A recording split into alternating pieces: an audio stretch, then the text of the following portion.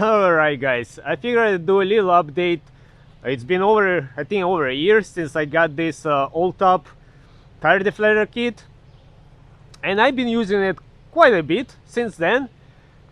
First, originally I was not even using it right. Because the way I set them up, I did not actually even set the right PSI. You have to unscrew this locking nut and then align the PSI where you want to have on the bottom and then tighten it up. So it's not going to show the right measurement over here, it's going to be down there.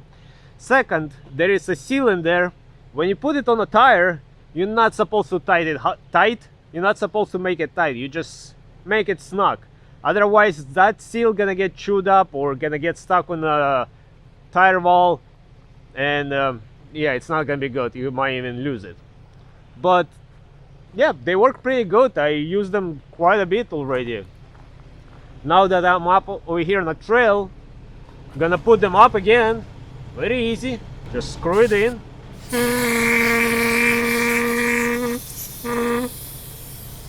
And that's it. It's gonna start deflating the tire.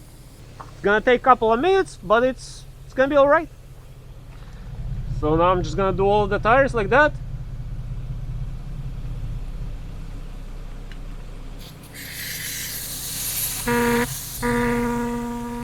I mean, sometimes they do make funny noise, but that's alright.